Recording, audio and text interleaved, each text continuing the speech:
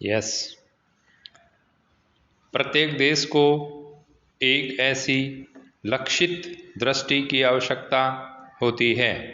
जो समाज के सभी वर्गों को प्रोत्साहित करने के साथ साथ उनका समुचित विकास कर सके। राष्ट्र स्तरीय विकास की विस्तृत रणनीति के आधार पर राजनीतिक सर्वसम्मति के निर्माण हेतु यह आवश्यक है कि अर्थव्यवस्था के विभिन्न अभिकर्ताओं जैसे केंद्र, राज्य एवं स्थानीय सरकार, निजी क्षेत्र की कंपनियां, छोटे एवं लघु उद्योगों, सार्वजनिक संस्थाओं इत्यादि की जिम्मेदारियों एवं भूमिकाओं को सुनिश्चित किया जाए। लक्षित दृष्टि ऐसी होनी चाहिए जो मार्ग में आने वाले जोखिमों, बाधाओं के साथ ही उनके संभावित समाधानों तथा उपायों की भी पहचान कर सके, ताकि एक सामूहिक प्रयास के द्वारा एकाग्रचित्त होकर लक्ष्य की प्राप्ति की जा सके। विराम। इन्हीं सब बातों को ध्यान में रखकर प्रत्येक देश को एक लक्षित दृष्टि की आवश्यकता होती है। उल्लेखनीय है कि भारत में योजना आयोग ने जून 2000 में डॉक्टर SP गुप्ता योजना आयोग के सदस्य की अध्यक्षता में विजन फॉर इंडिया पर एक समिति का गठन किया था, जिसमें विभिन्न क्षेत्रों के 30 विशेषज्ञों को शामिल किया गया था। इस समिति को 2 वर्षों से भी अधिक समय के विचार विमर्श के परिणाम स्वरूप सरकारी एवं निजी संस्थाओं एवं संगठनों के लिए भविष्य की संभावनाओं के साथ मार्ग में आने वाली बाधाओं, गंभीर मसलों एवं निर्णायक क्षणों की पहचान करने में सहायता मिली है। इस समिति द्वारा निर्मित दस्तावेज इंडिया विजन 2000 को 23 फरवरी 2003 में जारी किया गया। इसी प्रकार भूतपूर्व राष्ट्रपति डॉक्टर APJ अब्दुल कलाम ने सन 2020 तक भारत को एक विकसित राष्ट्र के रूप में देखने संबंधी अपने सपनों का वर्णन अपनी पुस्तक इंडिया 2020 में किया था। विजन फॉर इंडिया पर योजना आयोग द्वारा गठित समिति ने दस्तावेज इंडिया विजन 2020 को तैयार करने में एक पुस्तक से भी प्रेरणा एवं सहायता ली थी। इंडिया विजन 2020 के अंतर्गत भविष्य की संभावित चुनौतियों का वर्णन, जिसके अंतर्गत खाद्य सुरक्षा, रोजगार, शिक्षा, विज्ञान एवं प्रौद्योगिकी क्षमता, व्यावसायिक शिक्षा, सभी के लिए स्वास्थ्य एवं संवेदनशीलता, मानव विकास, आधारभूत संरचना के विकास के अंतर्गत शहरी एवं ग्रामीण विकास, नवीनीकृत ऊर्जा, पवन शक्ति, जल प्रबंधन, भूमि, वन एवं जैव विविधता तथा भूमंडलीकरण के अंतर्गत वैश्विक संदर्भ में भारत का दायित्व तथा शांति एवं सुरक्षा संबंधी मुद्दे सहित प्रशासन से संबंधित लक्षित दृष्टि सहित 2020 तक भारत के लिए संभावित उत्तम परिदृश्यों की चर्चा की जानी चाहिए। इंडिया विजन 2020 में तो कई मुद्दों का मूल्यांकन किया जाता है, किंतु इसमें शिक्षा एवं रोजगार पर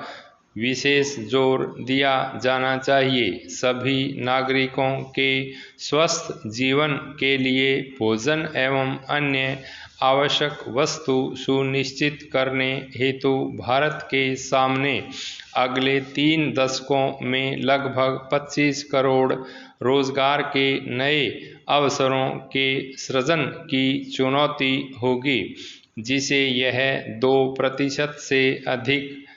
की वृद्धि दर आवश्यक है। विशेषज्ञों के शोध एवं परामर्श के अंतर्गत यह संभावना व्यक्त की गई है कि कृषि में रोजगार 56% के वर्तमान स्तर से घटकर 40% ही रह जाएगा, किंतु रोजगार के नए अवसर मुख्यतः असंगठित क्षेत्रों में सृजित होंगे। इसके अनुसार देश की कुल जनसंख्या में शहरी जनसंख्या 25.5% के वर्तमान स्तर से बढ़कर अगले 2 दशकों में 40% तक हो जाएगी। विकास के विभिन्न सूचकों की दर को परिवर्तित करने के महत्वपूर्ण लक्ष्यों को सम्मिलित किया जाना चाहिए और किसी भी परिस्थिति में भारतीय समाज को कम से कम निम्न उल्लेखनीय लक्ष्यों को प्राप्त कर लेना चाहिए, जैसे गरीबी रेखा से नीचे की आबादी को 37% से घटाकर 13% करना, बेरोजगारी की दर 8.2% से घटाकर 6.8% करना, वयस्क पुरुष साक्षरता 82.14% से बढ़ाकर 96% करना, वयस्क महिला साक्षरता 65.46% से बढ़ाकर 94% करना, प्राथमिक विद्यालयों में दाखिला 77.2% से बढ़ाकर 99.9% करना, शिक्षा पर खर्च सकल राष्ट्रीय उत्पाद के 3.2% से बढ़ाकर 4.9% करना, जीवन प्रत्याशा 64 वर्ष से बढ़ाकर 69 वर्ष करना, 5 वर्ष से कम उम्र के बच्चों में कुपोषण 45% से घटाकर 8% करना, स्वास्थ्य पर खर्च सकल राष्ट्रीय उत्पाद के 0.8% से बढ़ाकर 3.4% करना, प्रति व्यक्ति ऊर्जा खपत 486 किलोग्राम से बढ़ाकर 2002 किलोग्राम करना, बिजली खपत 384 किलोवाट प्रति घंटे से बढ़ाकर 2460 किलोवाट प्रति घंटे करना,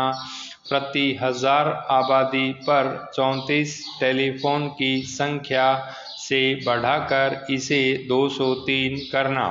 प्रति हजार आबादी पर व्यक्तिगत कंप्यूटरों की संख्या 3.3 से बढ़ाकर 5.3 करना, अनुसंधान एवं विकास में लगे वैज्ञानिक व इंजीनियरों की संख्या प्रति 1 लाख की आबादी में 149 से बढ़ाकर 590 करना, सकल घरेलू उत्पाद में कृषि का प्रतिशत हिस्सा 28 से घटाकर 6, उद्योग का 26 से बढ़ाकर 34 तथा सेवा क्षेत्र का 46 से बढ़ाकर 60% करना, कुल पूंजी निर्माण में प्रत्यक्ष विदेशी निवेश का हिस्सा 2.1% से बढ़ाकर 24.5% करना एवं शिशु मृत्यु दर 71% से घटाकर 22.5% करना। ऊपर वर्णित लक्ष्यों से स्पष्ट हो जाता है कि आर्थिक विकास के दृष्टिकोण से 100% साक्षरता, गरीबी एवं बेरोजगारी से मुक्ति तथा प्रति व्यक्ति आय में 4 गुना वृद्धि का लक्ष्य रखना समय की मांग है। योजना आयोग के उपाध्यक्ष के.सी. पंत ने कहा था,